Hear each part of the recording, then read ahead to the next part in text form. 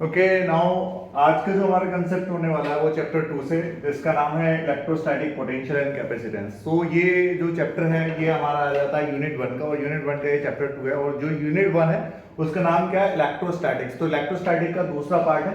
पहले पार्ट में आ जाता है क्या? इलेक्ट्रिक चार्ज एंड फील्ड, और दूसरा पार्ट आ गया क्या? Potential and capacitance.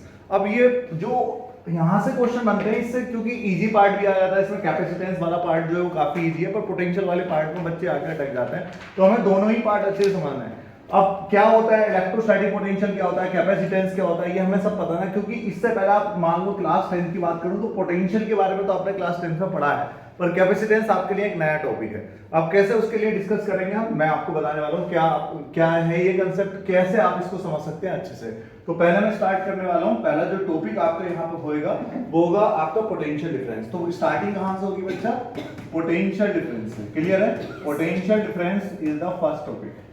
ठीक है, पोटेंशियल डिफरेंस आपको पता होना चाहिए क्या होता है। सो पोटेंशियल डिफरेंस की अगर हम बात करें बच्चों, तो पोटेंशियल डिफरेंस मीन क्या होता है कि पोटेंशियल डिफरेंस का मतलब क्या है? पोटेंशियल आपको समझाने के लिए मैं आपको एक रेफरेंस दूंगा पोटेंशियल एनर्जी का। जस्ट लाइक आपको पता होगा जब हम अर्थ से किसी भी ऑब्जेक्ट को ऊपर की तरफ लेके जाते हैं उसका लगातार पोटेंशियल एनर्जी बढ़ता रहता है ना। जितना ज्यादा हम ऊपर लेके जाएंगे उसका पोटेंशियल एनर्जी बढ़ेगा। अब आपने देखा होगा अगर मैंने पेन लिया और इस पेन को मैंने नीचे जमीन से उठाया, थोड़ा यहां तक लेके गया मैं, और यहां तक लेके गया, अगर मैंने उठाने के लिए मैंने ग्रेविटेशनल फोर्स के अगेंस्ट पे यहाँ पे मान लो 5 जूल का काम करा, तो इस पॉइंट पे इसकी जो एनर्जी है वो 5 जूल की है। अब मैंने यहां से 2 जूल का काम और करा और यहां से इस पेन को शिफ्ट कर दिया ऊपर, तो इस पर्टिकुलर पॉइंट पे इसकी एनर्जी कितनी हो जाएगी? 7 जूल की। क्लियर है? अब मैंने माना कि इस पर्टिकुलर पॉइंट और इस पर्टिकुलर पॉइंट के बीच में पोटेंशियल एनर्जी का कितना वैल्यू होगा? यहाँ पे और यहाँ पे 2 जूल का, और 2 जूल का ही हमने काम करा है। इसका मतलब ये कि अगर आप एक पॉइंट से दूसरे पॉइंट तक लेकर जाने के लिए जितना काम करते हैं वही काम स्टोर हो जाता है किसकी फॉर्म में? पोटेंशियल एनर्जी की फॉर्म में। समझ आ रही बात? तो जब भी आप सिमिलरली यहाँ पे पोटेंशियल डिफरेंस का नाम, बस यहाँ पे इलेक्ट्रोस्टैटिक का केस जब आता है ना, तो पोटेंशियल एनर्जी का नाम चेंज करके पोटेंशियल डिफरेंस रख दिया गया, बाकी कोई डिफरेंस नहीं है, बस इतना ही डिफरेंस है। पोटेंशियल एनर्जी का नाम मतलब वहां पे एनर्जी का डिफरेंस कह सकते हो, यहाँ पे पोटेंशियल डिफरेंस बोलेंगे। क्लियर है? अब कैसे? जस्ट लाइक मेरे पास 2 पॉइंट है मेरे बच्चों, एक ए पॉइंट ले लिया मैंने और दूसरा पॉइंट यहाँ पे ले लिया बी। अब मेरे पास में अगर मेरे पास में एक चार्ज है मेरे बच्चों, जिस चार्ज की वैल्यू मैंने मान लो 1 कूलम ले ली, समझते हैं ना अच्छे से। मैंने इस चार्ज की वैल्यू कितनी ले ली? 1 कूलम। और मैं इस चार्ज की वैल्यू को इस बी पॉइंट से और यहां तक लेके जाने के लिए मान लो मैंने 10 जूल का काम करा। इस चार्ज को 1 कूलम के चार्ज को बी पॉइंट से ए पॉइंट तक लेके जाने के लिए कितने जूल का काम कर रहा हूं? अच्छा पहले आप ये बात बताइए कि अगर मैं बी पॉइंट से ए पॉइंट तक लेके जा रहा हूं चार्ज को, तो कौन से पॉइंट का पोटेंशियल बड़ा होगा? ए पॉइंट का या बी पॉइंट का? ऑब्वियसली ए पॉइंट का, क्योंकि आपने देखा था जब मैंने यहां से यहां तक लेके जा रहा हूं, मैं इस पॉइंट से इस पॉइंट तक लेके जा रहा हूं, तो कौन सा पॉइंट का पोटेंशियल एनर्जी जा रहा था? ऊपर वाले का, फाइनल वाले का, और इस वाले का कम था, है ना? क्लियर है? तो जिस पॉइंट तक हम लेके जाने के लिए काम करते हैं उस पॉइंट का हमेशा पोटेंशियल वैल्यू बढ़ा रहता है। अब सिमिलरली आप बी से ए तक लेके जा रहे हो, कितने को? 1 कूलम के चार्ज को, तो ऑब्वियसली ए पॉइंट का पोटेंशियल बड़ा होगा और बी पॉइंट का पोटेंशियल छोटा होगा। अब हम ये कह सकते हैं ए पॉइंट के पोटेंशियल की वैल्यू मैंने बी ए मान ली, बी पॉइंट के पोटेंशियल की वैल्यू मान ली कितनी? B B. क्लियर? ध्यान रखना, अगर मुझे पोटेंशियल डिफरेंस निकालना है तो सिंपल मैं क्या लिखूंगा? पोटेंशियल ऑफ ए माइनस के potential of B equal to किसके होगा? Work done to bring the charge. जैसे मैंने यहां पे बताया था, यहां पे कितना था भाई? यहां पे पोटेंशियल 5 जूल था और यहां पे 7 जूल था। तो भाई ये जो डिफरेंस बना था 2 जूल का, वो किसके रहा था? वर्क डन के। सिमिलरली यहां पे जो पोटेंशियल डिफरेंस आएगा वो भी किसके रहा रहेगा? वर्क डन के। तो work done is numerically equal to the work done to bring the charge from B to A upon में चार्ज की वैल्यू, जैसे मान लो आपकी चार्ज की वैल्यू कितनी है? 1 कूलम मान ली थी हमने। अगर यहाँ पे 1 कूलम का चार्ज यहाँ पे रखते हैं तो पोटेंशियल ऑफ A माइनस के potential of B equal to work done from B to A कितना है बेटा? 10 जूल अपॉन में चार्ज की वैल्यू कितनी है? 1। तो पोटेंशियल डिफरेंस किसके बराबर आया बताइए? ओनली 10 वोल्ट के बराबर आ गया। तो मतलब जितना आप काम करते हैं, जैसे कि अगर आपका यूनिट चार्ज है, यूनिट चार्ज का मतलब क्या है सुने आप, यूनिट चार्ज का मतलब ये होता है मेरे बच्चे, जैसे यूनिट चार्ज का मतलब जिसका वैल्यू 1 हो, जिसका वैल्यू 1 कूलम, उसको यूनिट चार्ज कह सकते हो।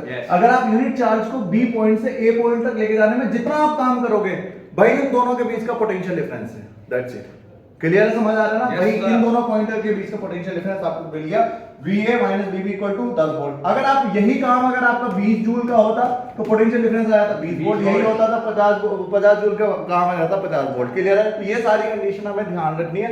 अब देखो फॉर्मूला क्या बन जाता है, फॉर्मूला आपका ये हो गया पोटेंशियल डिफरेंस का, potential of A minus potential of B equal to work done from B to A upon charge.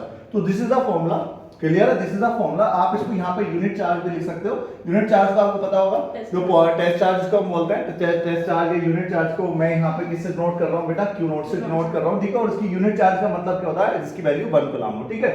और यही वो फॉर्मूला, क्योंकि एक्चुअली में फिजिक्स के अंदर पोटेंशियल डिफाइन ही नहीं है, एक्चुअली में डिफाइन है पोटेंशियल डिफरेंस। जैसे मैंने अभी बताया, अगर आप पोटेंशियल डिफरेंस आपको समझ आता है तो पोटेंशियल डिफरेंस के हेल्प से आप इलेक्ट्रोस्टैटिक पोटेंशियल इजीली समझा सकते हैं, ये इजीली समझ सकते हैं। तो पहले आपको समझना पड़ेगा पोटेंशियल डिफरेंस। तो पोटेंशियल डिफरेंस क्या हुआ मेरे बच्चों, आई होप दोबारा आप समझ लें। पोटेंशियल डिफरेंस की डेफिनेशन कभी भी नहीं आती क्लास 12 के लेवल में, कभी भी नहीं आएगी, बस आपको फॉर्मूला पता होना चाहिए, क्योंकि फॉर्मूले से क्वेश्चन बन जाते हैं और इसका आगे यूज भी है। तो पोटेंशियल डिफरेंस किसके बराबर है, ध्यान रखना, potential difference between two point is numerically equal to the amount of work done to bring the charge from one point to another point. This is the formula. और आपको पता होगा ये कैसी क्वांटिटी है, स्केलर क्वांटिटी है। और क्या पता होना चाहिए, इसकी यूनिट क्या होती है, वोल्ट होती है, जिसको आप नॉर्मली आप घर के नाम में आप वोल्टेज जानते हो ना, जैसे वोल्टेज के यहाँ भी एक वायर आ रही है, एक वायर आ रही है, यहाँ पे 200 वोल्ट चल रहा है, आप वोल्टेज ही बोलते हो नॉर्मल। यहाँ पे आपका 0 वोल्ट, इसको हम लाइव वायर कह रहे हैं, इसको न्यूट्रल वायर कह रहे हैं। तो ये जो डिफरेंस चल रहा है वोल्टेज का डिफरेंस यहाँ पे किसका कितना है, 200 वोल्ट है। तो यही आपका पोटेंशियल डिफरेंस है। एक्चुअली हमेशा यही ध्यान रखना है आपने, और कुछ ध्यान रखने की जरूरत नहीं है। अब यहां से आगे कंसेप्ट हमारा क्या है, आपको पता है पोटेंशियल डिफरेंस को मेजर करने के लिए हम इंस्ट्रूमेंट यूज करते हैं, इसका नाम होता है क्या, वोल्ट मीटर, ठीक है। वोल्ट मीटर का यूज ये हमेशा कैसे लगाया जाता है, पैरेलल में लगाया जाता है। बस इतनी बात ध्यान रखनी है अभी तक आपको। अब पोटेंशियल डिफरेंस के हेल्प से हम क्या डिफाइन करने वाले, इलेक्ट्रोस्टैटिक पोटेंशियल, क्लियर है। ये है पोटेंशियल डिफरेंस, अब हम डिफाइन करेंगे इसी के फॉर्मूले से हम डिफाइन करेंगे इलेक्ट्रोस्टैटिक पोटेंशियल। और क्या होगा देखते हैं। तो पॉइंट है आपका नेक्स्ट, और नेक्स्ट पॉइंट है आपका इलेक्ट्रोस्टैटिक पोटेंशियल। इलेक्ट्रोस्टैटिक पोटेंशियल ये आपका टॉपिक है, इलेक्ट्रोस्टैटिक पोटेंशियल। तो इलेक्ट्रोस्टैटिक पोटेंशियल की अगर हम बात करें यहाँ पे क्या होने वाला है, तो जस्ट लाइक मैं सिमिलरली अगर आपको बताऊं मेरे बच्चों, जैसे मैंने अभी आपके पास 2 पॉइंट लिए थे, एक पॉइंट ए एक पॉइंट बी। मैंने इस ए पॉइंट का पोटेंशियल लिया था बी ए, और बी पॉइंट का पोटेंशियल क्या लिया था बी बी। अब मेरे को जैसे मैंने लेट करा कि यहाँ का जो पोटेंशियल बी ए का मैंने मान लिया पोटेंशियल की वैल्यू 200 वोल्ट, अच्छे ध्यान रखना, और बी की वैल्यू जो है मान लो वो है 50 वोल्ट। तो अगर मैं पोटेंशियल डिफरेंस वाले फॉर्मूले से निकालूं तो मुझे यहाँ पे क्या पता लगेगा, यहाँ पे सिर्फ डिफरेंस की वैल्यू पता लगेगी, और वो डिफरेंस आया कितना, 150 वोल्ट, मतलब 150 वोल्ट के करीब आएगा। अब मुझे कैसे पता चलेगा यहाँ पे 200 वोल्ट है, मतलब वहां पे तो डिफरेंस पता चलेगा सिर्फ उस फॉर्मूले से, पोटेंशियल डिफरेंस वाले फॉर्मूले से VA minus BB equal to work done from B to A upon में Q वाले फॉर्मूले से सिर्फ मुझे क्या पता लगेगा, डिफरेंस। मुझे पोटेंशियल कैसे पता लगेगा कि इस पॉइंट पे एग्जैक्टली पोटेंशियल की वैल्यू 200 वोल्ट है, वो तो मुझे पता ही नहीं चल रहा इस वाले फॉर्मूले से। अगर मुझे ये पता करना है कि इस वाले पॉइंट पे पोटेंशियल की वैल्यू कितनी है, तो मैं ऐसा करूं कि जो मेरा रेफरेंस पॉइंट है, मेरा यहाँ पे रेफरेंस पॉइंट है जिसके अमाउंट जिसके कंपेयर में यहाँ पे मैं पोटेंशियल डिफरेंस निकाल रहा था, अगर इस पॉइंट का पोटेंशियल का कर दूं मैं जीरो अगर मैं पोटेंशियल कर देता हूं इस पॉइंट का पोटेंशियल मैं 0 के बराबर, जैसे बीबी का वैल्यू यहाँ 50 वोल्ट है, अगर मैं 0 वोल्ट के बराबर कर देता हूं और मैं इस फॉर्मूले में वैल्यू रखता हूं, तो potential of A minus potential of B आएगा। पोटेंशियल ऑफ बी हो गया ओनली 0, तो पोटेंशियल ऑफ ए तो बचा सिर्फ। अब यहाँ पे क्या करना पड़ेगा, हमें रेफरेंस का जो कि हमारा रेफरेंस वाला पॉइंट है, उस पॉइंट के पोटेंशियल को 0 मानना पड़ेगा।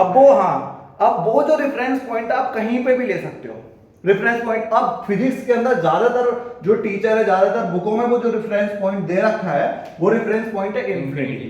तो इंफिनिटी पे अगर आप कोई भी पॉइंट रखते हैं, कोई पॉइंट अगर आप इंफिनिटी पे रखते हैं, तो उस पॉइंट का पोटेंशियल कितना माना जाता है, 0। एक्चुअली मैंने क्या कह रहा हूं, डिफाइन यही फॉर्मूला है फिजिक्स के अंदर, पर इस फॉर्मूले के हेल्प से हम जबरदस्ती मान के पोटेंशियल को डिफाइन कर रहे हैं, समझ रहे हैं ना। मतलब इस पॉइंट को डिफाइन करने के लिए पोटेंशियल को, इलेक्ट्रोस्टैटिक पोटेंशियल को पोटेंशियल डिफरेंस के हेल्प से डिफाइन कर रहे हैं, पर यहां पर हमें एक रेफरेंस पॉइंट मानना पड़ रहा है, उस रेफरेंस पॉइंट का पोटेंशियल में क्या मानना पड़ रहा है, फिर 0।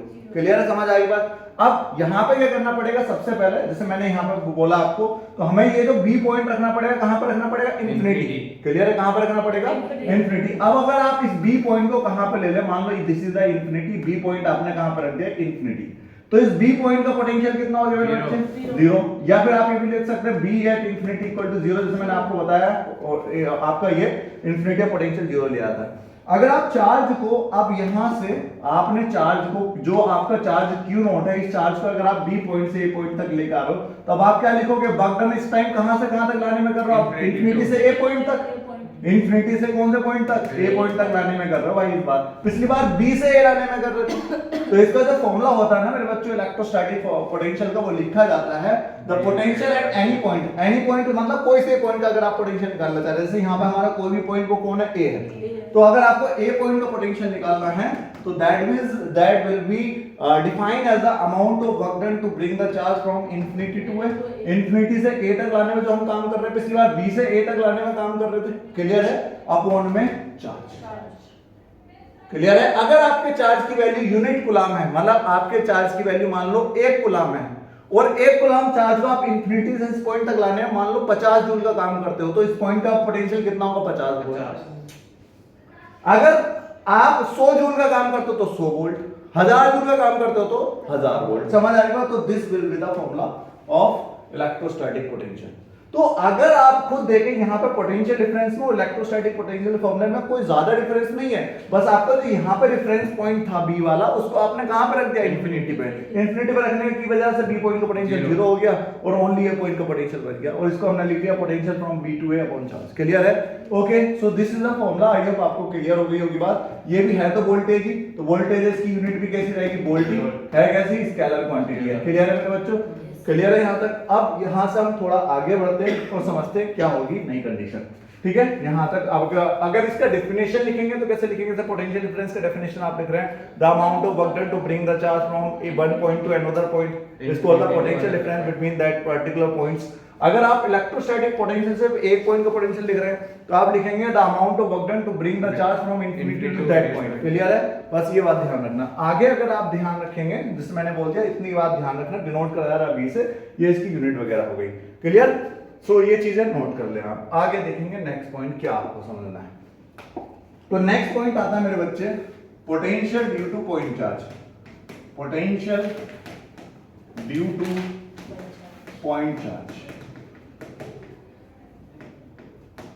सो आई होप आपको electric field due to point charge पता हो इससे पहले electric field due to point charge का पॉइंट आपको पता होना चाहिए इलेक्ट्रिक फील्ड अगर मैं पूछूं आप लोगों से क्योंकि ये पिछला चैप्टर नंबर 1 का टॉपिक है तो ये आपको पता होना चाहिए थोड़ा बहुत क्योंकि आपको कहीं ना कहीं अगर चैप्टर 1 पता नहीं है तो आप एक कनेक्टिविटी नहीं बना पाएंगे तो कनेक्टिविटी के लिए सबसे पहले आपको चैप्टर 1 के पॉइंट आपको पढ़े होने चाहिए मैं हमेशा किसी को यही पहले बताता हूं कि बेटा पहले चैप्टर 1 तैयार करिए अच्छे से फिर चैप्टर 2 पाइए वहां के डाउट आप क्लियर करिए तब चैप्टर 2 पाइए क्योंकि यहाँ पे सीक्वेंस चल रहा है और बहुत सारे होता क्या कि हाँ भी पहले हमने 1 चैप्टर पढ़ लिया फिर हम चौथा चैप्टर पढ़ ले फिर दूसरा पढ़ ले फिर 8वां पढ़ ले ऐसे फिजिक्स नहीं पढ़ी जाती या बहुत सारे टीचर भी ऐसे करते हैं कि हाँ पहले करा देंगे फिर बाद का कराएंगे फिर क्योंकि कहीं ना कहीं आपस में कनेक्टिविटी है सारे कोड अगर आप सीक्वेंस से पढ़ते तो अलग ही मजा आएगा सो यहाँ पे जैसे मैंने आपको बताया electric field due to point charge हमें पता होना चाहिए ड्यू टू पॉइंट चार्ज तो अगर मैं electric field due to point charge निकालूं मेरे बच्चों तो electric field due to point charge आपको ये फॉर्मूला पता होगा E = kq by r का स्क्वायर जहां पे q क्या होता था आपका वो चार्ज जो इलेक्ट्रिक फील्ड बना रहा है और r क्या होती थी ये q चार्ज जो बना रहा है इलेक्ट्रिक फील्ड r होती है उस पॉइंट से उस चार्ज से उस पर्टिकुलर पॉइंट तक की डिस्टेंस जहां पे हमें मान लो a पॉइंट पे चाहिए इलेक्ट्रिक फील्ड तो ये पॉइंट तक की डिस्टेंस क्लियर है सो यहाँ पे ये इलेक्ट्रिक फील्ड कैसी क्वांटिटी थी एक वेक्टर क्वांटिटी थी और आपको मैं बता दूं कभी भी अगर आप वेक्टर क्वांटिटी से डील कर रहे हैं इलेक्ट्रोस्टैटिक में तो चार्ज को विदाउट साइन रखा जाता है कैसे रखा जाता है विदाउट साइन यहाँ पे सिर्फ डायरेक्शन का खेल रहता है और जब आप स्केलर क्वांटिटी से डील करते हैं जैसे कि यहाँ पे बात करी जा रही है पोटेंशियल और पोटेंशियल एक स्केलर क्वांटिटी है तो स्केलर क्वांटिटी है तो यहाँ पे जब भी आप चार्ज से डील करेंगे तो उसकी क्वांटिटी को विद साइन रखना है विदाउट साइन रखना है इसमें इलेक्ट्रिक वेक्टर क्वांटिटी में जैसे कि इलेक्ट्रिक फोर्स आपका एक वेक्टर क्वांटिटी है वहां पे आप विदाउट साइन रखेंगे इलेक्ट्रिक फील्ड एक वेक्टर क्वांटिटी है वहां पे आप विदाउट साइन रख सकते हैं पर अगर बात हुई कहां पे से इलेक्ट्रिक फ्लक्स हो गया इलेक्ट्रिक एनर्जी हो गई समझ इलेक्ट्रोस्टैटिक पोटेंशियल एनर्जी हो गई पोटेंशियल हो गया ये सारी कैसी क्वांटिटी है आपकी स्केलर क्वांटिटी यहाँ पे आप विद साइन रखेंगे विदाउट साइन नहीं रखेंगे और अगर बात करी जाए किसकी जैसे कि टॉर्क हो गया टॉर्क की भी अगर बात करें जाए वो भी एक वेक्टर क्वांटिटी है, वहां पे भी आप विदाउट साइन रखते हैं, बस ओनली डायरेक्शन का ख्याल रखते हैं। तो यहाँ पे आपको डायरेक्शन निकालनी जरूर आनी चाहिए मेरे बच्चों। जैसे आपको पता होगा कि पॉजिटिव चार्ज है तो इलेक्ट्रिक फील्ड डायरेक्शन आउटवर्ड रहती है, नेगेटिव चार्ज है तो इनवर्ट रहती है, यहाँ पे डायरेक्शन का खेल जरूर रहता है। बात करते हैं मेरे बच्चों क्या potential due to point charge. तो इसका एक्चुअली मतलब क्या है, I am just going to tell you. So ये चीज आपको पहले चैप्टर से थी, तो मैं आगे केस कर रहा हूं, आपको समझा रहा हूं क्या केस आने वाला है। सो देखें, पॉइंट मैंने यहाँ पे लगा दिया, तो मैंने लेट कर दिया मेरे बच्चों, यहाँ पे मेरा कोई चार्ज रखा है Q, और इस चार्ज की वजह से मेरे को R डिस्टेंस पे ये कोई मैंने पॉइंट ले लिया A। इस पॉइंट पे मेरे को क्या चाहिए, पोटेंशियल की वैल्यू चाहिए कि पोटेंशियल कितना होगा इस A पॉइंट पे। यहां से कितनी दूरी है इस चार्ज से यहां तक की A डिस्टेंस है। क्लियर है, समझते रहना अच्छे से। तो हमने क्या पता है, पढ़ रखा है अभी जो मैंने इलेक्ट्रोस्टैटिक पोटेंशियल पढ़ाया है आपको, उसमें यही पढ़ा, और हमसे ही पूछा क्या जा रहा है कि पोटेंशियल बताइए किसी एक पॉइंट पे। तो हमने क्या पढ़ रखा है कि किसी पॉइंट पे अगर आपको पोटेंशियल निकालना है तो इन्फिनिटी से चार्ज लीजिए और उस पॉइंट तक लेके आ जाइए। पर आप जब इन्फिनिटी से उस पॉइंट तक चार्ज लेके आए तो इतना स्लो लेके आना कि उसकी काइनेटिक एनर्जी चेंज नहीं होनी चाहिए।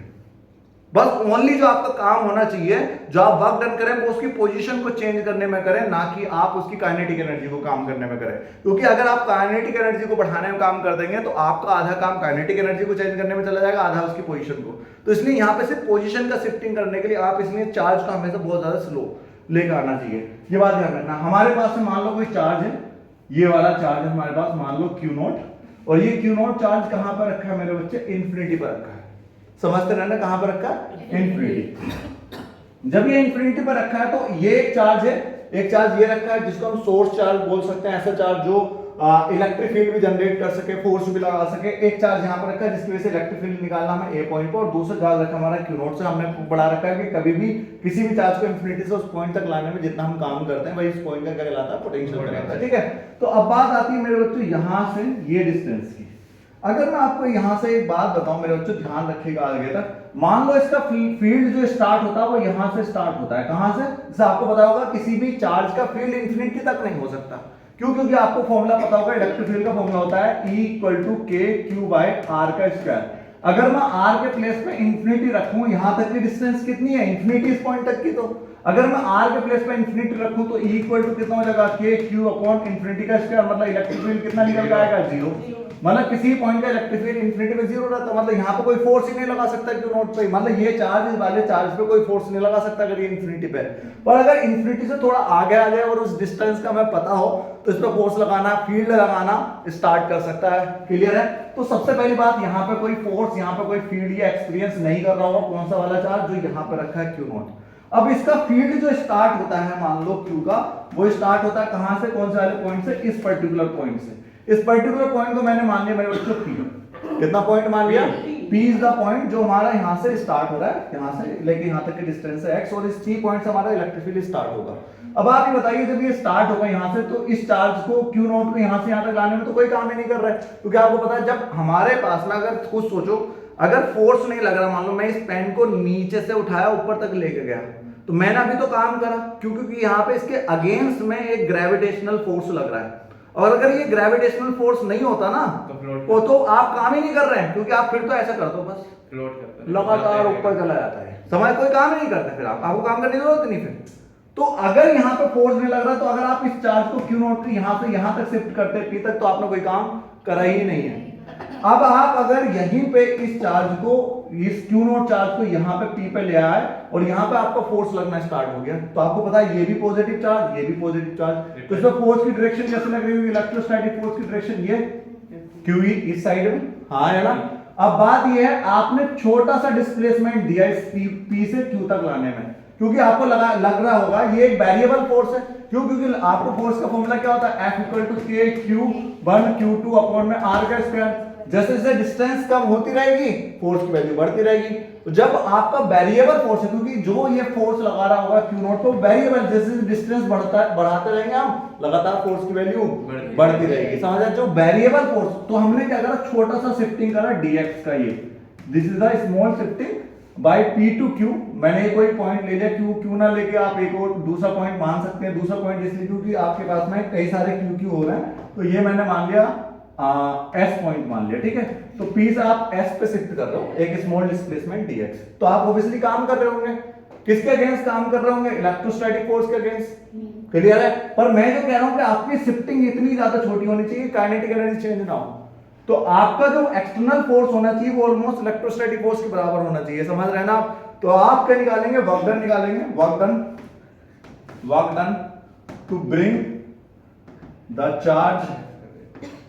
Charge from P to S, P से S तक शिफ्ट करने के लिए आपने क्या निकालना? वर्क डन P से S तक। तो कितना डिस्प्लेसमेंट है यहां से यहां तक का? dx। तो वर्क डन कितना होगा भैया? छोटा डिस्प्लेसमेंट छोटा वर्क डन, छोटा डिस्प्लेसमेंट छोटा वर्क डन। तो dw इक्वल टू क्या होगा? Force into displacement. अच्छा फोर्स देखो, इलेक्ट्रोस्टैटिक फोर्स इधर, वर्क डन इधर, समझ आ रही है? वो डिस्प्लेसमेंट इधर, फोर्स इधर। तो एंगल कितना बना? 180। जब एक दूसरे के अपोजिट डायरेक्शन में हो फोर्स और डिस्प्लेसमेंट, तो आपका जो वर्क डन आता है वो नेगेटिव आता है। कैसा आता है? नेगेटिव। क्योंकि एंगल आपको पता होगा सभी को, वर्क डन का फॉर्मूला क्या होता है? Force into displacement into cos theta. ठीक है, यहाँ पे एंगल देखेंगे तो cos 180 बना, डिस्प्लेसमेंट इधर, फोर्स इधर। ठीक है, तो cos 180 वैल्यू -1।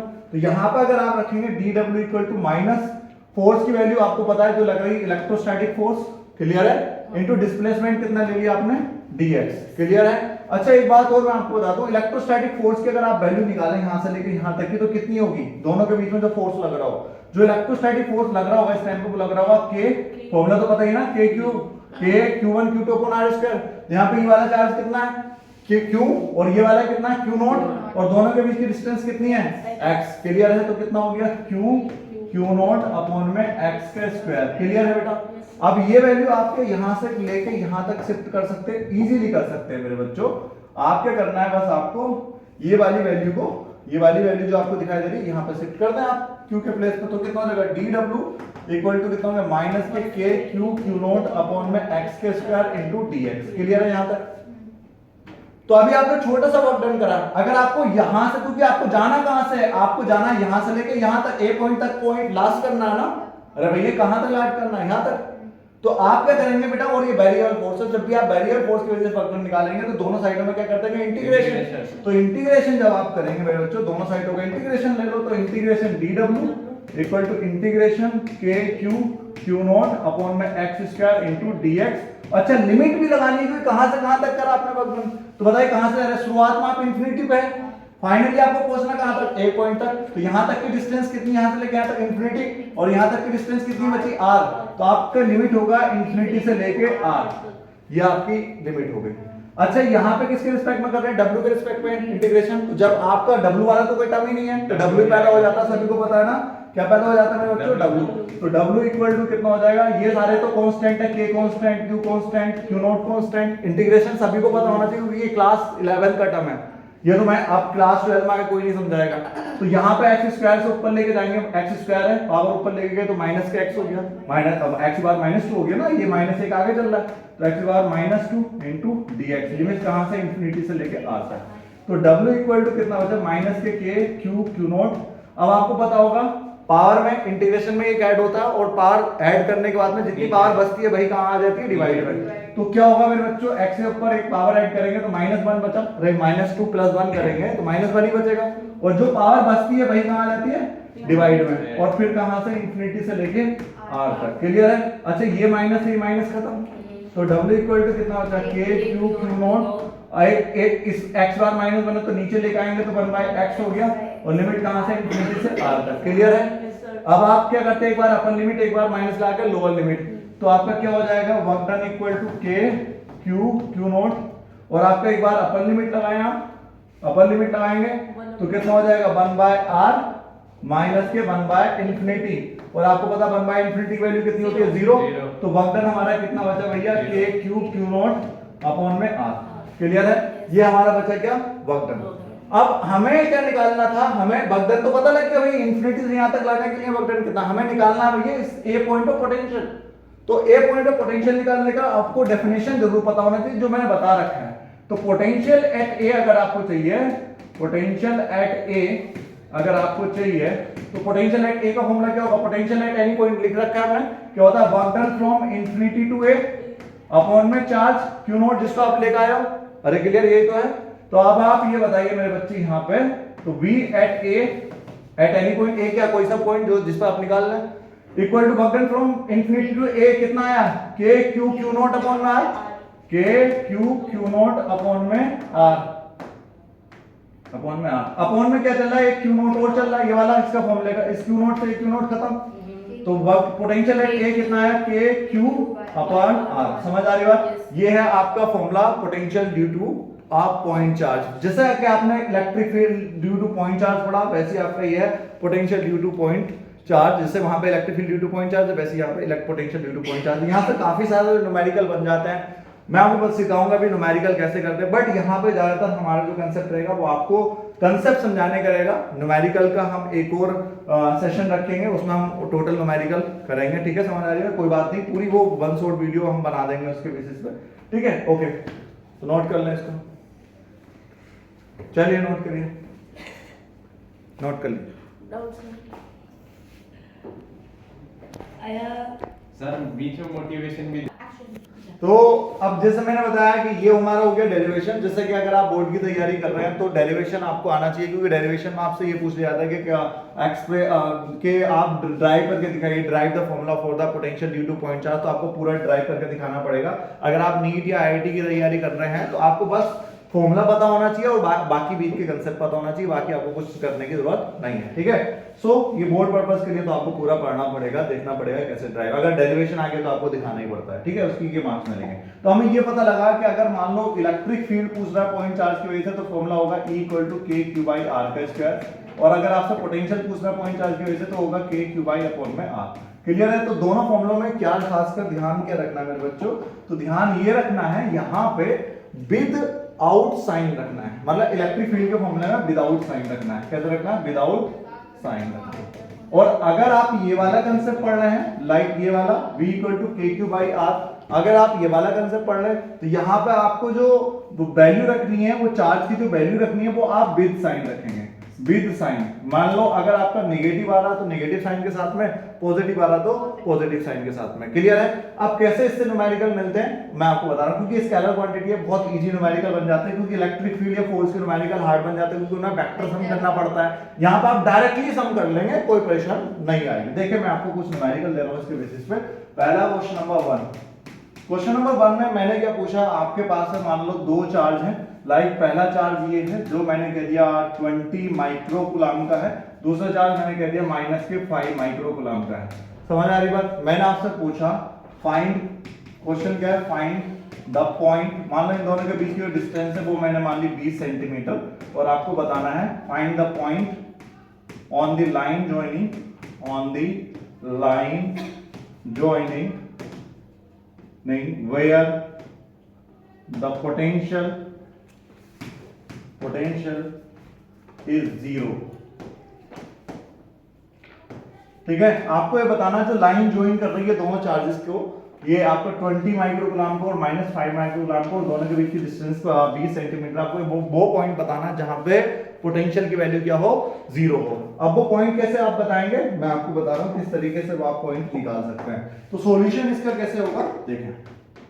तो सबसे पहले आपने क्या डिसाइड करना है भाई, कहां पे पॉसिबिलिटी आ सकती है। अब आप ये बताइए, ये पॉजिटिव चार्ज है, ये नेगेटिव चार्ज है, तो इसकी वजह से तो पॉजिटिव पोटेंशियल आएगा, इसकी वजह से कैसा आएगा, नेगेटिव पोटेंशियल। अब आप ये बताइए वो पॉइंट आपका नेगेटिव वाले के करीब होगा, क्योंकि पॉजिटिव वाला तो इतनी दूर पे ही पोटेंशियल पहुंचा सकता है कि जितना नेगेटिव वाला करीब पे पहुंचाए। अब आप ये बताइए, ये जो 20 वाला, मान लो ये जो पॉइंट ले लिया मैंने, ये ले लिया P पॉइंट ले लिया, जिससे पोटेंशियल की वैल्यू 0 होगी। अब इस P पॉइंट पे पोटेंशियल, क्योंकि 20 तो इतनी दूर में भी इतना पोटेंशियल पहुंच सकता है जितना कि -5, क्योंकि वो छोटा मैग्नीट्यूड का है, वो करीब पे इतना पोटेंशियल पहुंचा सकता है। तो मैंने ये माना कि कभी-कभी क्या होता है मेरे बच्चों, ध्यान रखना, अगर उसने पूछा कि 20 माइक्रोकूलम से कितनी डिस्टेंस होगी, तो आप यहां से यहां तक की डिस्टेंस को x मान लें। अगर उसने कहा कि 5 माइक्रोकूलम से कितनी डिस्टेंस होगी, तो ओनली आप यहां से यहां तक की डिस्टेंस। अगर आपको वो पॉइंट ना दे, वो ये नहीं कहे कि बताइए यहां से बताइए वो डिस्टेंस, ये यहां से बताइए, तो आप किसी भी एक चार्ज से वो मेंशन कर सकते हैं। तो मैंने मान लो 5 माइक्रोकूलम से ले ली है, तो यहां तक की डिस्टेंस मैंने x मानी, तो ये वाली डिस्टेंस कितनी हो जाएगी मेरे बच्चों, 20 माइनस के x। क्लियर है? ये वो डिस्टेंस हो गई यहां तक की। अब सबसे पहली बात क्या है मेरे बच्चों, ये यहां तक, इसका सॉल्यूशन हमें देखना। तो मैंने क्या बताया, P पॉइंट पर नेट पोटेंशियल बताना, तो जितना पोटेंशियल इसका होगा इतना पोटेंशियल इसका होगा। तो V नेट इक्वल टू, मैंने ये मान लिया V नेट इक्वल टू, इसके पोटेंशियल को मान लिया पहले वाले के, इसके पोटेंशियल को मान लिया मैंने V1, इसके पोटेंशियल मान लिया मैंने V2, तो प्लस V2। ठीक है। अब बात ये है मेरे बच्चों, सबसे पहली बात, क्योंकि नेगेटिव चार्ज का है, ध्यान रखना ये नेगेटिव चार्ज है तो इसका पोटेंशियल कैसे साइन के साथ में आएगा, नेगेटिव साइन के साथ में। तो आप इसको हटा के माइनस का V2 लिखेंगे। और अच्छा एक बात और, क्वेश्चन में क्या गया आपके पोटेंशियल वैल्यू 0, तो V नेट कितना निकल के आएगा, 0 के बराबर निकल के आएगा। तो V नेट की वैल्यू यहाँ पे 0 पुट करो, तो V नेट अगर आप यहाँ 0 पुट करते हैं तो कितना हो गया, V1 माइनस के V2। ओके, ये इधर आ गया, तो V1 इक्वल टू किसके बराबर हो गया, V2 के बराबर। V1 की वैल्यू आपको फॉर्मूला तो पता ही होगा सभी को, पोटेंशियल का फॉर्मूला कितना होता है, V equal to KQ/R। Clear है। अब आप यहाँ पे रखेंगे तो यहाँ तक के अलग डिस्टेंस, तो V इक्वल टू कितना हो गया, KQ1 अपॉन में R1 अलग डिस्टेंस आ रही है यहाँ पे, इक्वल टू यहाँ पे KQ2 अपॉन में R2 ये अलग डिस्टेंस, इससे ये मर गया। अब आपको Q1 और Q2 दोनों का वैल्यू पता है, Q1 का वैल्यू कितना है, that is 20 into 20 micro, micro इधर लेंगे तो 10 की पावर माइनस के 6 लिख सकते हैं, और अपॉन में सेंटीमीटर है, तो सेंटीमीटर कितना सेंटीमीटर यहाँ से यहाँ तक 20 माइनस x 20 माइनस x, ये आपका वैल्यू होगा, इक्वल टू आपके Q2 की वैल्यू ये आ गई आपकी 5, तो 5 आप लिखेंगे, क्योंकि आप सोच रहे हो सर माइनस क्यों नहीं ले रहे, माइनस हमने ऑलरेडी ले लिया यहाँ पे, ऑलरेडी ले लिया, मैंने कहा ना विद साइन रखना है, तो यहाँ पे ऑलरेडी ले लिया हमने, ठीक है, माइनस का पोटेंशियल शो कर दिया।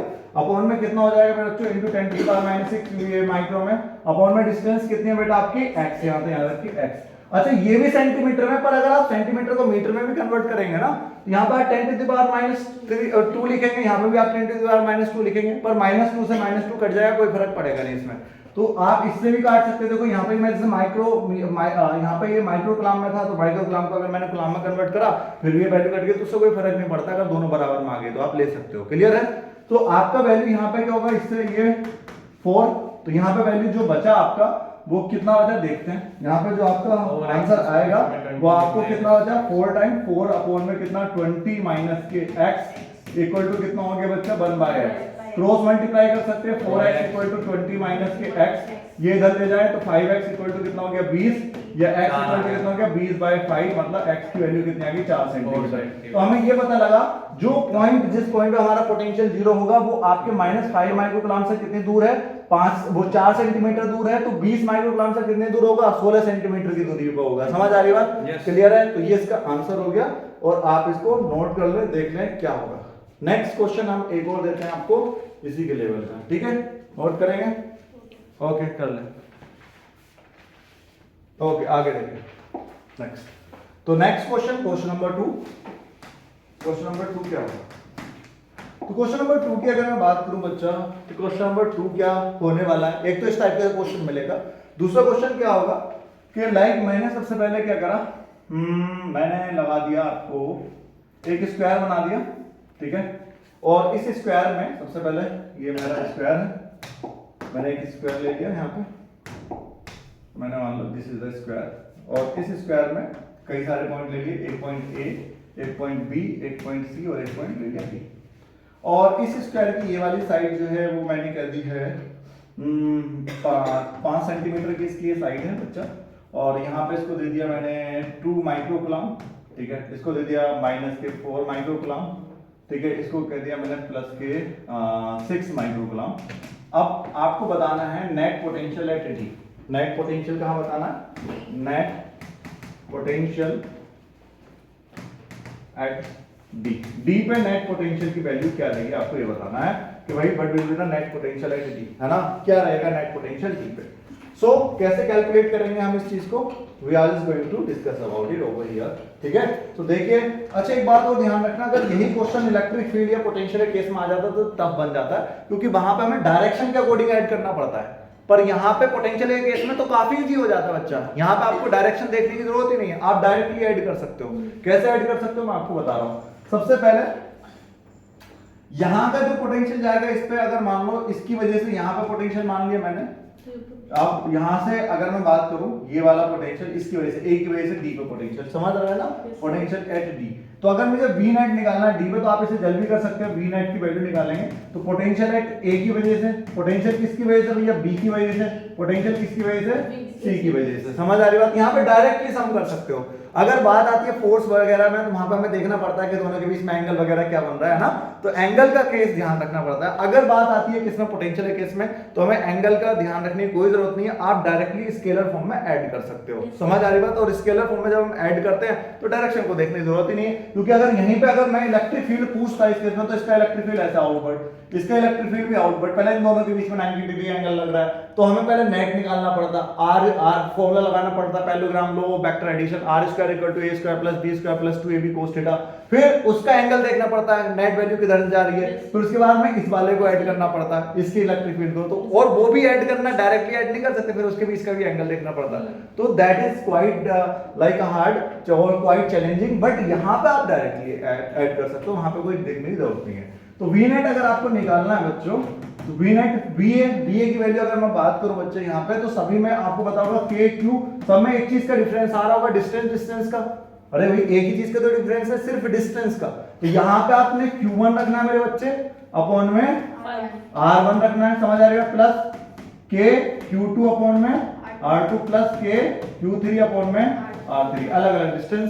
अब आप सभी को पता हो सभी में से के कॉमन है, तो अगर पहले वाले की बात करूं मैं, ए वाले का चार्ज कितना है, 2 माइक्रोकूलम। अब इसको माइक्रो को 10 की पावर माइनस 6, जैसे मैंने बोला, डिस्टेंस यहां से यहां तक की अगर 5 ही है तो 5 सेंटीमीटर ये स्क्वायर है, तो 5 सेंटीमीटर है मेरे बच्चों, सेंटीमीटर को मीटर में कन्वर्ट कर रहे हैं, 10 की पावर माइनस के 2, क्लियर, 5 × 10 की पावर माइनस 2 हो गया, प्लस यहाँ पे Q2 की बात करी जाए तो Q2 हमने B वाले को माना, देखो तो B की अगर बात करी जाए तो वैल्यू क्या है, माइनस का चार्ज है, काय का है भाई, तो चार्ज को मैंने क्या बोला कि विद साइन रखना, तो माइनस का हमने यहाँ पे पुट कर दिया, और कितनी वैल्यू है 4 × 10⁻⁻6 अपॉन में डिस्टेंस की बात करी जाए तो that will be the distance we have to take over here.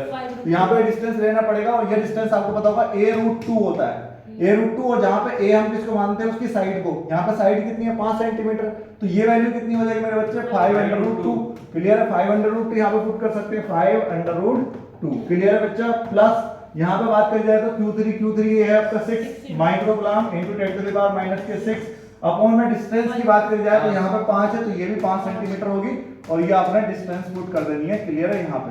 तो जैसे हम डिस्टेंस पुट करेंगे तो दैट इज आल्सो आपका 5, यहाँ पे सेंटीमीटर था, -2 × 5 × 10⁻⁻2, क्लियर है। अब आप देखें, आपको ये k की वैल्यू सभी को पता होगी, k की वैल्यू कितनी है सभी को पता है, 9 × 10⁻9। अच्छा, इन सभी में से कुछ कॉमन नजर आ रहा है, एक तो 2 कॉमन है सभी में से, एक 10⁻⁻6 कॉमन है, तो यहाँ पे 2 कॉमन कर लें, और 10⁻⁻6 भी कॉमन कर लेंगे।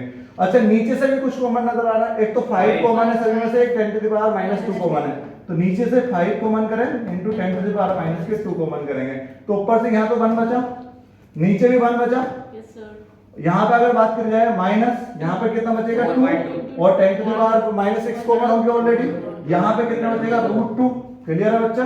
यहाँ पे अगर बात करी जाए प्लस, यहाँ पे कितना बचा आपका 10⁻3, 3 बचा, पावर तो ऑलरेडी हमने वो कर लिया, यहाँ पे बात कितना बचा फिर से 1, ठीक है, ओके, इसको हम सोल्व कर लेते हैं, देखें, ओके, तेरी नजरों मेरी बात, देखें, ओके, तो इससे कितना हो जाएगा बेटा, यहाँ पे हम कैंसिल आउट कर रहे हैं, जैसे कि थोड़ा सा बड़ा कर लेते हैं इसको, ओके, देखें, तो सबसे पहले बात आती है 10⁻⁻2, यहाँ पे कितना हो जाएगा -4, क्लियर है बच्चा, 9 दूनी 18, क्लियर है बेटा, 18 हो गया, अपॉन में कितना बचेगा, यहाँ पे पावर कितनी है, यहाँ पे 9 और यहाँ पे -4, तो कितना बचेगा, प्लस का 5 बचेगा, अपॉन में 5 बचा, क्लियर है बेटा, यहाँ तक ये 5 बचा, क्लियर है, ये 5, ओके, 5 आप पे आ गया, ओके, यहाँ पे 1 -2 अपॉन में √2 और प्लस का 3, क्लियर है। इसको काटेंगे तो √2 बच जाएगा, कोई कंफ्यूजन नहीं है बेटा। अब इससे काटेंगे कितने टाइम जाएगा,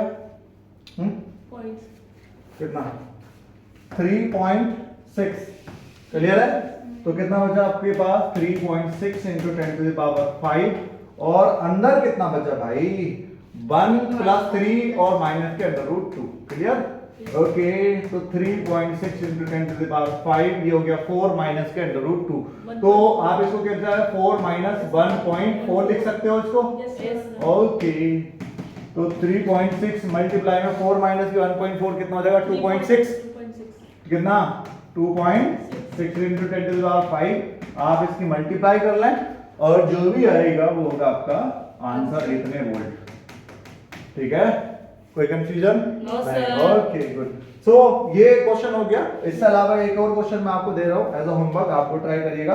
ओके, ज्यादा क्वेश्चन सोल्व करें, क्योंकि फिजिक्स का मतलब ही है कि अगर कंसेप्ट समझने के बाद में अगर आपसे क्वेश्चन नहीं हो रहे तो मतलब आपने अच्छे से कंसेप्ट ही नहीं समझा है। तो ये बात ध्यान रखना, अगर आप एनसीईआरटी सोल्व कर रहे हैं, ध्यान रखना टॉपिक पढ़ने के बाद में, मान लो आपने अभी टॉपिक पढ़ा और अभी टॉपिक पढ़ने के बाद में आपने ये टॉपिक पढ़ा, क्वेश्चन पढ़ा, और टॉपिक पढ़ने के बाद में अगर आपको कोई कंफ्यूजन है, हाँ ओके, कोई टॉपिक पढ़ने के बाद में अगर आपको अभी भी कंफ्यूजन है, आप नहीं कर पा रहे हो, तो इसका मतलब यह आपने वो टॉपिक अच्छे से नहीं पढ़ा। आप ये टॉपिक पढ़ के अगर आप इसके एनसीईआरटी क्वेश्चन सोल्व कर पा रहे हो, मतलब आपने टॉपिक अच्छे से पढ़ लिया है, या फिर पीवाईक्यूज वगैरह आप सोल्व कर पा रहे हो, या फिर आप नीट आईआईटी के पीवाईक्यूज सोल्व कर पा रहे हो, तो मतलब अच्छे से पढ़ पा रहे हो। देखिए आप नेक्स्ट क्वेश्चन जिससे मैंने बोला, तो एक और क्वेश्चन नंबर 3 में आपको दे रहा हूँ। यहाँ पे मैंने क्या ले लिया, एक रेक्टेंगल ले लिया है, ठीक है, एक मैंने रेक्टेंगल लिया है यहाँ पे, और इसकी साइड मैंने मेंशन करी है यहाँ पे, इसको मैंने मान लिया ए, इसको माना बी, इसको सी और इसको डी, ठीक है बेटा। तो मैंने यहाँ पे जो चार्ज लिया है वो मैंने लिया है 2 मिली कूलम का, और यहाँ पे माइनस के 4 मिली कूलम, यहाँ प्लस के 6 मिली कूलम, ठीक है, और यहाँ माइनस के 8 मिली कूलम, ठीक है। आपको नेट पोटेंशियल बताना है इसके सेंटर पे, मतलब नेट पोटेंशियल कहाँ बताना है, find the net potential at point O point पर नेट पोटेंशियल वैल्यू बतानी क्या होगी। क्लियर है यहाँ तक? ओके, सो कोई कंफ्यूजन हो तो इसको एक बार सोल्व कर लीजिए, ठीक है सभी बच्चे, और उसके बाद में हम बात करते हैं 3। ओके, साइड जो इसकी ले लें आप 10 सेंटीमीटर ले लें, ये इसकी लेंथ हो गई, और ब्रेथ ले लें इसकी 4 सेंटीमीटर, ठीक है। चलिए आप करिए इसका नेट पोटेंशियल ओपन, आपके पास टाइम है, करिए। ओके ओके, सो इसका जैसे मैंने आपको बताया कि ओ पॉइंट पे आपको पोटेंशियल निकालना था, तो इस पॉइंट पे पोटेंशियल आपने कैसे निकालोगे, I am just going to tell you. तो सबसे पहले कभी भी किसी पर्टिकुलर पॉइंट पे पोटेंशियल निकालना है, तो अगर आप ओ पॉइंट पे पोटेंशियल निकालना है, मतलब वी नेट की वैल्यू निकालना है, तो यहाँ पोटेंशियल इन सभी की वजह से होगा, इस डी पॉइंट की वजह से भी, सी की वजह से, ए की वजह से, डी की वजह से, आप इन सभी को राइट कर सकते हैं। क्लियर है? तो आपको V A plus V B plus V C और प्लस वी डी, ये सभी को आप ऐड कर लें। क्लियर है? बट सबसे पहली बात क्या है कि यहाँ का अगर आपको पोटेंशियल निकालना तो ये डिस्टेंस आपको पता होनी चाहिए, ये सबसे बड़ा टास्क है आपके लिए। ये डिस्टेंस आपको पता होनी चाहिए, ये डिस्टेंस पता होना चाहिए, और ये सारी आपको बताया कि ये सारी डिस्टेंस आपस में इक्वल होंगी, तो आप इस डिस्टेंस को कैसे निकाल सकते हैं। इस डिस्टेंस को निकालने का तरीका क्या होगा, सबसे पहले इसके डायगोनल को निकालो। किसको निकालो? इसके डायगोनल को निकालो। और अब डायगोनल निकालने का तरीका क्या होगा, अब आपने पाइथागोरस थ्योरम ऑलरेडी पढ़ रखी है, तो पाइथागोरस थ्योरम अगर आप यहाँ पर लगाएंगे तो AC का स्क्वायर इसके AB के स्क्वायर प्लस BC के स्क्वायर प्लस AB के स्क्वायर के बराबर होगा। तो अगर आप यहाँ पे निकालना है तो AC equal to under root क्या ले सकते हैं आप यहाँ पे, CB का स्क्वायर और प्लस के AB का स्क्वायर, और आपको ये दोनों वैल्यू दे रखी है 4 सेंटीमीटर, ये वैल्यू आ गई आपकी CB की, और आप AB की वैल्यू कितनी दे रखी है आपकी 10 सेंटीमीटर, यहाँ पे पुट करेंगे, और यहाँ पे पुट करने के बाद में जो भी AC की वैल्यू आएगी उस AC की वैल्यू को 2 से डिवाइड कर देना, तो आपको क्या पता लग जाएगा। अगर आप क्या निकालना चाह रहे हैं, O से लेके A तक की जो डिस्टेंस होगी वो बराबर होगी O से लेके B तक की, वही बराबर होगी O से लेके C तक की, वही बराबर होगी किससे, O से लेके D तक की, और ये सारी की सारी अगर आपको निकालना चाह रहे हैं तो AC को डिवाइड कर दो 2 से, AC के बराबर होगी। सो सबसे पहले AC निकालने का तरीका ये होगा, और डिस्टेंस दे रखी है, AC आप आराम से निकाल सकते हैं। उसके बाद में आप क्या करें, AC को 2 से डिवाइड करेंगे तो ये सारे डिस्टेंसेस आपस में बराबर है, और जब आप पोटेंशियल निकालेंगे तो यहाँ पर उस डिस्टेंस को कैलकुलेट करके लगा सकते हैं आराम से। तो इसको आप एज अ होमवर्क आपके लिए है, आप इसको सोल्व करिए, और जो भी प्रॉब्लम आए वो मेरे को बता सकते हैं। क्लियर है? ओके, डिस्कस करें नेक्स्ट। तो अगला जो टॉपिक होने वाला मेरे बच्चों, आपका आपने नॉर्मली आपने देखा होगा potential due to electric dipole. तो इससे अगला जो टॉपिक है आपका वो पोटेंशियल है ड्यू टू इलेक्ट्रिक डाइपोल की वजह से। तो आप यहाँ पे लिखिएगा potential due to electric dipole, potential due to electric dipole, electric dipole, electric dipole की वजह से पोटेंशियल, ठीक है, potential due to electric dipole. So this is the next topic of electric potential, potential due to electric dipole, ये आपका अगला topic है। अब इसको कैसे हम करेंगे देखें। तो सबसे पहले मान लो हमारे पास में कोई पार्टिकुलर डाइपोल हमने ले रखा है। सबसे पहले जैसे कि आपने निकाल रखा है इलेक्ट्रिक डाइपोल की वजह से इलेक्ट्रिक फील्ड तो निकाल ही रखा है, लोग आप सभी को पता हो। अगर ये हमारा डाइपोल होता है, क्या आप जानते हैं कि डाइपोल अगर आपको निकालना है तो सबसे पहले आपको डाइपोल पता होना चाहिए। डाइपोल क्या होता है आपको पता है, एक ऐसा अरेंजमेंट, जिस अरेंजमेंट के अंदर दो चार्ज हो, एक पॉजिटिव हो और दूसरा नेगेटिव हो, और दोनों का मैग्नीट्यूड बराबर हो और दोनों के दोनों सेपरेट हो एक छोटी डिस्टेंस से, उस छोटी डिस्टेंस को कितना लिया जाता है मेरे बच्चों? 2a। और 2a में आपको पता होगा यहां से यहां तक की डिस्टेंस को a लिया जाता है और इससे आगे की डिस्टेंस को भी a लिया जाता है। क्लियर है? अगर आपको ये पता है तो मतलब आपको इलेक्ट्रिक डाइपोल तो पता है। अब इलेक्ट्रिक डाइपोल पता है तो इसकी वजह से पोटेंशियल निकालना जरूर आना चाहिए। आपने इलेक्ट्रिक डाइपोल की वजह से इलेक्ट्रिक फील्ड निकालना हो सकता है चैप्टर 1 में सीख लिया हो, और अगर नहीं सीखा तो आना बहुत जरूरी, क्योंकि आपके बोर्ड के पर्पस के अकॉर्डिंग, नीट आईआईटी इन सभी के पर्पस के अकॉर्डिंग अगर आप देखा जाए कि electric field due to electric dipole काफी ज्यादा इंपॉर्टेंट है, तो ये बात ध्यान रखिएगा। सो सबसे पहले जैसे कि आप इलेक्ट्रिक फील्ड निकालते थे, मिड पॉइंट पे भी निकालते थे, एक्सिस पे भी निकालते थे, फिर इक्वेटोरियल पॉइंट पे भी निकालते थे, इन सभी पॉइंटों पर आपने इलेक्ट्रिक फील्ड निकाल रखा। वैसे ही आपका इलेक्ट्रिक पोटेंशियल का कंसेप्ट है। पर अगर मैं बात करूं यहाँ पे अगर मैं बात करूं सिर्फ पोटेंशियल की, तो पोटेंशियल अगर मैं बिल्कुल मिड पॉइंट पे निकालूं, पोटेंशियल एट मिड पॉइंट, तो पोटेंशियल एट मिड पॉइंट आएगा 0। 0 आने का रीजन क्या है? क्योंकि आपको पता है अगर ये चार्ज की वैल्यू 2 कूलम होगी तो ये वाले चार्ज की वैल्यू भी कितनी होगी? 2 कूलम होगी, क्योंकि आपको पता है डाइपोल में दोनों चार्जों का मैग्नीट्यूड सेम रहता है, पोलैरिटी तो अलग रहती है, एक पॉजिटिव एक नेगेटिव। तो आप ये बताइए यहां से यहां तक इस पॉजिटिव चार्ज की वजह से जितना O पॉइंट पे पोटेंशियल होगा, इतना ही इस नेगेटिव चार्ज की वजह से O पॉइंट पे पोटेंशियल। तो इसकी वजह से पॉजिटिव पोटेंशियल आ गया, इसकी वजह से नेगेटिव पोटेंशियल, नेट वैल्यू निकालोगे तो 0।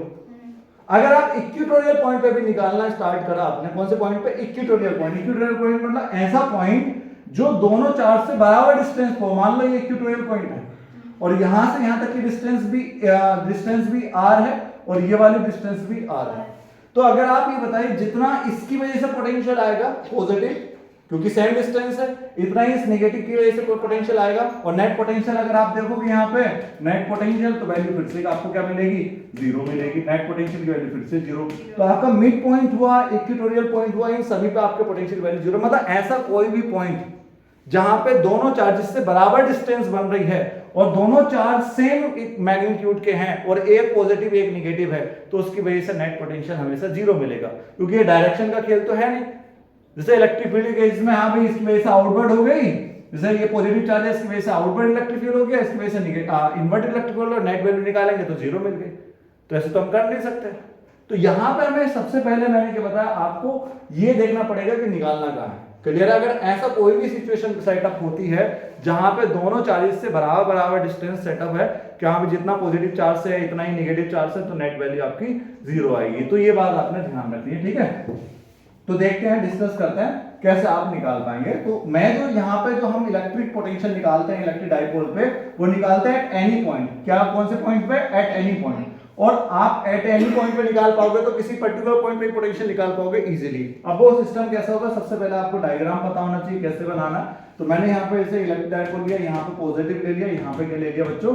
नेगेटिव ले लिया। क्लियर है यहाँ तक? और आपने सबसे पहले ये आपका मिड पॉइंट हो गया, यहां से यहां तक की डिस्टेंस को आपने a लेट कर लिया, आगे की डिस्टेंस को भी आपने a लेट कर लिया। क्लियर है? अब बात क्या है बच्चा, आपने सबसे पहले एट एनी पॉइंट पर आपने ये पॉइंट सिलेक्ट करा, ये दिस इज द पॉइंट जो आपने सिलेक्ट करा है for the calculating of electric potential. Electric potential calculate करने के लिए आपने ये पॉइंट सिलेक्ट करा और इस पॉइंट को मैंने बोला S। अब यहां से यहां तक की डिस्टेंस मैंने R1 मान ली, यहां से यहां तक की डिस्टेंस मैंने क्या मान ली? R2 मान ली। क्लियर है? ये डिस्टेंस जो पॉजिटिव चार्ज से इस S पॉइंट तक की है दैट इज R1, और जो इस -q चार्ज से है इस पॉइंट तक की S तक की डिस्टेंस उसको मैंने R2 मान लिया। मिड पॉइंट से ये जो डिस्टेंस है इसको मैंने मान लिया x। अब बात ये मेरे बच्चों, आप सभी को पता होगा कि आपका जो इलेक्ट्रिक डाइपोल मोमेंट होता है, आई होप इलेक्ट्रिक डाइपोल पता है तो इलेक्ट्रिक डाइपोल मोमेंट भी पता होगा, कि ये भी चैप्टर नंबर 1 का ही कंसेप्ट है। तो डाइपोल मोमेंट की अगर मैं बात करूं, डाइपोल मोमेंट, तो डाइपोल मोमेंट का जो फॉर्मूला है, डाइपोल मोमेंट को डिनोट किया जाता है P से, और ये वेक्टर क्वांटिटी होती है, और ये क्या होता है? एक चार्ज और multiply by total distance between the charges. Clear है? मतलब इसको हम क्या लिख सकते हैं? Q मल्टीप्लाई बाय 2a, या फिर इसको लिख सकते हैं डायरेक्टली 2qa। तो ये होता है आपका डाइपोल मोमेंट, जिसको हम P से डिनोट करते हैं, और ये एक वेक्टर क्वांटिटी होती है और इसकी डायरेक्शन होती है from the negative charge to positive charge. ये पहले चैप्टर में पूरा बताया जाता है। और इलेक्ट्रिक डाइपोल जो होता है ये एक अरेंजमेंट होता है, और इलेक्ट्रिक डाइपोल मोमेंट जो होता है ये एक फिजिकल क्वांटिटी है, इसकी यूनिट भी है, इसकी डायरेक्शन भी है, इस वेक्टर क्वांटिटी भी है, और ये एक अरेंजमेंट है। इसमें आपका एक पॉजिटिव चार्ज एक नेगेटिव चार्ज आप ले रहे हैं, यहाँ पे आपका ऐसा कोई कंडीशन नहीं है, अरेंजमेंट करा गया है। यहाँ पे डाइपोल में अरेंजमेंट करा जाता है, और ये एक फिजिकल क्वांटिटी है। क्लियर है? इसकी जैसे यूनिट भी होती है, यूनिट क्या होती है? कूलम मीटर इसकी यूनिट हो रही है। और इसकी डायरेक्शन होती है negative charge to positive charge, मतलब opposite to the electric field. Electric field की डायरेक्शन क्या होती है? इलेक्ट्रिक फील्ड की डायरेक्शन होती है पॉजिटिव टू नेगेटिव, पर डायपोल मोमेंट की डायरेक्शन होती है नेगेटिव टू पॉजिटिव। तो यहां पर अगर आप डायपोल मोमेंट अगर आप देखेंगे तो डायपोल मोमेंट की अगर आपकी जो डायरेक्शन मिलने वाली है आपको वो ये होगी, फ्रॉम नेगेटिव टू पॉजिटिव। तो डायपोल मोमेंट ये जा रहा है, हमारा पोजीशन वेक्टर जो है इस एस पॉइंट तक के लिए वो ये है x। तो यहां पे इस पोजीशन वेक्टर x, ये जो पोजीशन वेक्टर x मिल रहा है मिड पॉइंट से उस पॉइंट तक का, और ये डायपोल मोमेंट इन दोनों के बीच में एक एंगल बन रहा है जिसको हम बोल रहे हैं यहाँ पे थीटा। क्लियर है सभी को? तो ये बात यहाँ पे हमें मिल गई वही थीटा। अब बात ये है मेरे बच्चों, यहाँ पे हमें एंगल पता लग गया, इससे आगे का हम केस करने वाले हैं। सबसे पहले हम जो यहाँ पे पोटेंशियल निकालेंगे इस पॉइंट पे वो पॉजिटिव की वजह से, फिर नेगेटिव की वजह से। क्लियर है? अब हम निकालने वाले हैं मेरे बच्चों पोटेंशियल एट पॉइंट एस पे हम पॉइंट निकालने वाले पोटेंशियल। अब पहले मैंने जैसे बताया कि हम पहले किसकी वजह से निकालेंगे मेरे बच्चों, पहले पॉजिटिव चार्ज की वजह से फिर नेगेटिव चार्ज की वजह से। तो मैं यहां पे लिख रहा हूं due two plus Q charge की वजह से हमने पोटेंशियल निकाला है। तो प्लस क्यू चार्ज की वजह से जब हम पोटेंशियल निकालेंगे इस एस पॉइंट पे, तो उस पोटेंशियल को मैंने V1 लेट कर लिया। समझते हैं ना? ये पॉजिटिव चार्ज की वजह से जो पोटेंशियल निकल के आ रहा है इस पॉइंट पे, उसको मैं क्या लेट कर रहा हूं? V1। क्लियर है? इसमें कोई कंफ्यूजन होने वाली बात नहीं है, आप आराम से देखिए, आराम से समझिए चीजों को कि कैसे हो रहा है। तो V1 इक्वल टू कितना हो जाएगा मेरे बच्चे? K, क्योंकि आपको पोटेंशियल का फॉर्मूला आइए पता ही लग गया होगा, तो V equal to K Q by R। यही तो होता है बच्चा, ये होता है, सभी को पता है। V1 इक्वल टू K, यहाँ पे चार्ज कितना बच्चा? Plus Q। तो मैंने क्या बताया, चार्ज को विद साइन लेना। यहाँ पे कितना आ जाएगा? प्लस Q आ गया आपका चार्ज, अपॉन में यहाँ से लेके यहाँ तक की डिस्टेंस कितनी है? R1। तो यहाँ पे आपने लिख दिया R1। क्लियर है यहाँ तक? अब आपने माना इसको इक्वेशन नंबर 1। दूसरा जब आप निकालेंगे ड्यू टू नेगेटिव चार्ज, तो दूसरा पोटेंशियल आप निकालेंगे नेगेटिव चार्ज की वजह से। जब आप नेगेटिव चार्ज की वजह से पोटेंशियल निकालेंगे तो यहां से यहां तक की जो डिस्टेंस है वो अलग पोटेंशियल की, नेगेटिव चार्ज की वजह से अलग पोटेंशियल आएगा। तो ये वाली पोटेंशियल को मैंने बोल दिया क्या? V2, और इक्वल टू कितना हो जाएगा? K Q। अब कैसा है मेरे बच्चों, आप बताइए, यहाँ पे नेगेटिव चार्ज है तो विद साइन लेते हैं यहाँ पे, तो आपने माइनस लगाना पड़ेगा यहाँ पे, माइनस K Q बाय में R2। ये आपका R2 हो गया, बट मैग्नीट्यूड तो हमें इसको माना आपने सेकेंड इक्वेशन। तो एक बात और मैं आपको खास तौर पे बताना चाह रहा हूं मेरे बच्चों, आगे क्या है वो ये बात आप ध्यान रखिएगा कि कभी भी जो आपको ये वाली जो R1 है R2, जब भी आपका न्यूमेरिकल दिया जाएगा आपको, ये R1 R2 आपको कभी भी नहीं दिए जाते हैं। R1 R2 कभी नहीं दिए जाते हैं। हमेशा जो डिस्टेंस आपको दी हुई होती है न्यूमेरिकल से, वो मिड पॉइंट से देते हैं उस पॉइंट तक की। वो कहेगा कि एक इलेक्ट्रिक डाइपोल है जिसमें 2 माइक्रोकूलम के चार्ज रखे हुए हैं दोनों। आप मिड पॉइंट से 50 सेंटीमीटर की दूरी पे एक पॉइंट रखा हुआ जो 30 डिग्री का एंगल बना रहा है डाइपोल मोमेंट से, आप उस पॉइंट पे पोटेंशियल बताइए तो आपको किसकी वैल्यू मिली? क्या R1 R2 की मिली? नहीं मिली, सिर्फ किसकी मिली? x की। तो हमें क्या करना होगा, इस R1 R2 को x की फॉर्म में कन्वर्ट करना पड़ेगा। समझ आ रही बात? क्या करना पड़ेगा? R1 और R2 को किसकी फॉर्म में कन्वर्ट करना पड़ेगा? x की। अब हम कैसे कन्वर्ट करेंगे, I am just going to tell you, but ये इक्वेशन आपको पता होनी चाहिए पहले से, जो मैंने यहाँ पे लिखी है। अब इस कन्वर्जन के लिए पहले आप इसको नोट डाउन कर लीजिए, पॉज कर लीजिए, और उसके बाद में इसको नोट डाउन कर लीजिए। आगे मैं देखता हूँ, बताता हूँ कैसे होगा वो। ठीक है, देखिए। तो सबसे पहले उसके लिए आपको मैंने जैसे बताया कि आप कैसे कन्वर्ट कर सकते हैं, उसके लिए कन्वर्ट करने के लिए मैं तरीका आपको बता रहा हूं, क्या तरीका होगा कन्वर्ट करने का। सबसे पहले देखें, तो आपने क्या करना है, सबसे पहले आपको दिख रहा होगा x के कंपेयर में R1 क्या एक बड़ी डिस्टेंस नजर आ रही होगी सभी को। अरे x के कंपेयर में R1 एक बड़ी डिस्टेंस नजर आ रही है, तो आप क्या करें, इस वाली डिस्टेंस को आगे की तरफ को एक्सटेंड कर दें।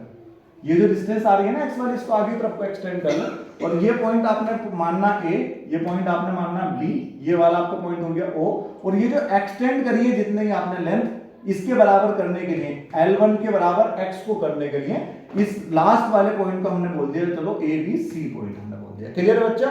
और यहां से आपने एक परपेंडिकुलर ड्रॉ करना है, यहां से परपेंडिकुलर ये, और ये जो परपेंडिकुलर आपका बना है, अब ये ऑलमोस्ट r की डिस्टेंस s से लेके c तक के बराबर, जब आप परपेंडिकुलर ड्रॉ कर देते तो ऑलमोस्ट बराबर हो जाती है, और मैं ऐसे नहीं बराबर, ऑलमोस्ट बराबर। अब आप लिख सकते हैं कि R1 is almost equal to s से लेके c। अरे SC लिख दिया। अच्छा, SC डिस्टेंस किस किस से मिलके बन रही है? SC डिस्टेंस मिलके बन रही है मेरे बच्चे किससे? SO और OC। अरे बताइए, SO प्लस ओसी एसओ की वैल्यू कितनी है आपको पता है, x से यहां तक की डिस्टेंस, ये तो x दे रखी है ना बच्चा, तो ये आपने क्या लिख दिया यहाँ पे, आप लिख देंगे x एसओ के प्लेस पे x प्लस ओसी आपको कैलकुलेट करनी है। अब आप बताइए ये थीटा है तो इसका वर्टिकली अपोजिट ये भी थीटा होगा, तो आपको क्या चाहिए, ये वाली वैल्यू चाहिए ना। आपको पता होगा 90 डिग्री के जस्ट सामने वाला क्या होता है आपका हाइपोटेनियस, और एंगल के सामने वाला होता है क्या आपका परपेंडिकुलर, और ये वाला आ गया आपका बेस। समझ आ रही बात। तो अगर आपको इस ट्रायंगल में लेना है तो ये जो आपको सामने ट्रायंगल दिख रहा है, इस ट्रायंगल में आप cos थीटा ले लें। क्या ले लें मेरे बच्चों, cos थीटा ले लिया आपने, ध्यान रखना है cos थीटा ले लिया। cos थीटा इक्वल टू कितना होता है, बेस अपॉन हाइपोटेनियस, तो बेस कितना हो गया आपका ओसी, ध्यान रखना है 90 डिग्री सामने वाला हाइपोटेनियस, थीटा के सामने वाला परपेंडिकुलर, और थीटा के साइड वाला, मैं हमेशा cos थीटा को बच्चों को ऐसे याद करवाता हूं, साइड अपॉन हाइपोटेनियस। साइड मतलब ये हो गया फ्रंट, ये हो गया साइड, और ये हो गया हाइपोटेनियस 90 डिग्री का। तो साइड हो गया आपकी कितनी, ओसी अपॉन में हाइपोटेनियस कितना हो गया, a, यहां से लेके यहां तक डिस्टेंस आपकी a है, तो ये हो गई आपकी a। तो अगर मैं ओसी को देखूं यहां पे, अगर मैं ओसी की बात करता हूं यहां पे ओसी, तो ओसी इक्वल टू कितना हो गया, a cos थीटा। क्लियर है। तो जहां पे ओसी वहां पे के प्लेस पे मैं क्या लिख सकता हूं, a cos थीटा। तो यहां पे आपने ओसी के प्लेस पे लिख दिया a cos थीटा। ये कंडीशन बन गई हमारी किसके लिए, R1 के लिए। क्लियर है। अब हमें किसके लिए निकालना है मेरे बच्चों, मैंने क्या बताया, कभी भी आपको R1 और R2 की वैल्यू नहीं लिखनी है, मिलेगी तो आप क्या कर रहे हैं, R1 और R2 को किसकी फॉर्म में कन्वर्ट कर रहे हो, x की फॉर्म में। समझ आ रही बात। वैसे ही आप किसको कन्वर्ट करोगे, आप R2 को। तो R2 को अगर मैं देखूं, यहाँ पे आपको दिख रहा होगा R2 x के कंपेयर में छोटी है। अरे भाई यहाँ से O से लेके S की बात करी जाए और R2 की बात करी जाए तो R2 छोटा है और ये SO बड़ा है। तो आप यहां से भी एक परपेंडिकुलर ड्रॉ करेंगे like this is the perpendicular जो आपने यहां से ड्रॉ करा। तो अब जो आपका R2 है परपेंडिकुलर ड्रॉ करने के बाद में ये C, ये पॉइंट आपने मान लिया D, जिस पर परपेंडिकुलर आपने B से ड्रॉ करा है यहां पे, तो ये परपेंडिकुलर आपने ड्रॉ करा। अब आपका जो ये वाला डिस्टेंस आया है, अब R2 वो ऑलमोस्ट इक्वल होगा आप किसके, SD के। अब SD आपको चाहिए तो SD कैसे कैलकुलेट कर सकते हैं, S से लेके O में से OD को माइनस कर दें। अरे समझ रहे हैं ना, S से लेके O कितना है, x में से अगर आप इसको माइनस कर देंगे OD को, तो D से लेके S तक की डिस्टेंस पता लग जाएगी। क्लियर है। तो इसको निकालने के लिए आप क्या करेंगे, OS में से माइनस करना पड़ेगा, किसमें से, OD में से। क्लियर है। OS की वैल्यू कितनी है, x, और OD की वैल्यू अगर आप निकालने लगे तो यहाँ पे भी आपको क्या लेना पड़ेगा, cos थीटा। और यहाँ पे भी आप cos थीटा ले लें। जब आप यहाँ पे cos थीटा लेंगे मेरे बच्चे, इसमें आपने cos थीटा ले लिया, cos थीटा इक्वल टू यहाँ पे भी बेस अपॉन हाइपोटेनियस, 90 डिग्री के सामने वाला ये और थीटा के सामने वाला परपेंडिकुलर, तो बेस कौन सा हो गया, ये वाला। तो cos थीटा इक्वल टू कितना हो गया, OD अपॉन में हाइपोटेनियस 90 डिग्री सामने वाला मतलब a, जिसकी वैल्यू कितनी है, a। तो OD अगर आपको निकालना है तो OD इक्वल टू कितना हो गया, a cos थीटा। समझ आ रही बात। तो OD के प्लेस पे यहाँ पे आप क्या पुट कर सकते हैं, a cos थीटा। क्लियर है। तो ये किसकी वैल्यू आगे निकल के, R2 की। अब ये जो वैल्यू आई है R1 और R2 की, यहां से जो वैल्यू आई है ये वाली दोनों, ये R1 और R2 की वैल्यू आप कहां पे पुट करें, इन दोनों इक्वेशनों में। ये क्लियर है, समझ आ गई यहां तक, कोई कंफ्यूजन नहीं है। ओके, नेक्स्ट पेज पे मैं आपको वो चीज बताता हूं और यहीं पे आपको सिखा के दे दो। चलो नेक्स्ट पेज की जरूरत नहीं है, यहीं पे हो जाएगा। चलो ये आपका हो गया। ओके, देखें आप। तो सबसे पहली बात आती है बच्चे यहाँ पे, देखें आप।